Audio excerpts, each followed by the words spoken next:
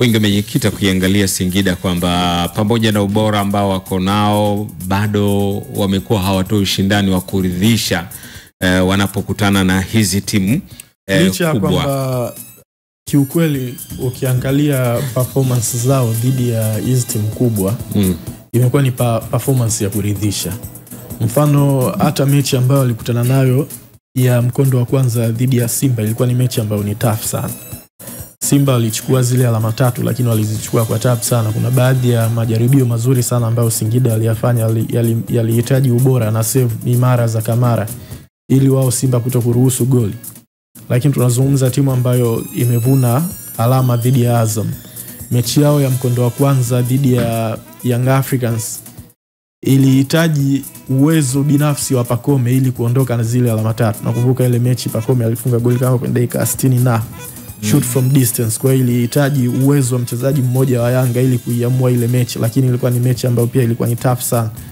Na pili mechi ambayo ilikuja kuweka dosari kwa upande wa Singida ni hii mechi ya mkondo wa pili dhidi ya Yanga. Na sana ni kutokana na selection ya kikosi ambayo walifanya. Kitu ambacho hata mimi binafsi yangu kilinishangaza na sikuridhishwa na ile selection.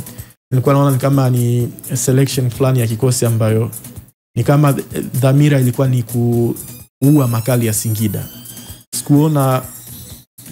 Sikuona reason behind ya kiufundi yoyote ambayo ilipelekea Singida ku line up kikosi chao vile. Zaidi tu ya kuamua kujikwamisha wenyewe. Na kipindi cha pili walipoingiza baadhi ya wachezaji wao muhimu walipata hadi goli. Na kuna baadhi ya majaribio ambayo yalikuwa yanaonekana ni hatari kwa upande wa Yanga.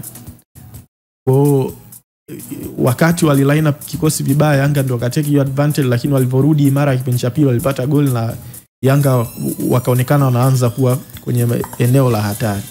Kwa hiyo kwa mfano kama leo Nasri waka line up vile ambavyo unafikiria wewe au kama vile ambavyo wali line up baada ya second half kwenye ule mchezo watakuwa wamerekebisha makosa yao au itakuwa ni kwamba wameamua kuweka ugumu kwenye mchezo wa Simba?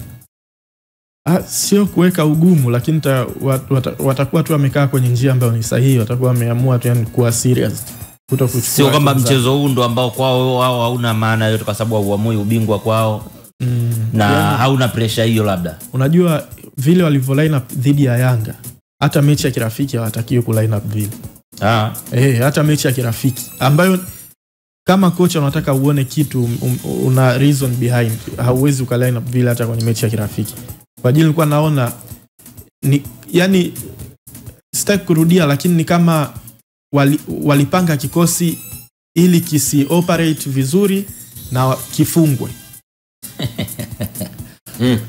Hapo kwa mantiki unaizungumziaje hiyo timu? Kwa kile walichokifanya ni timu ya hovyo.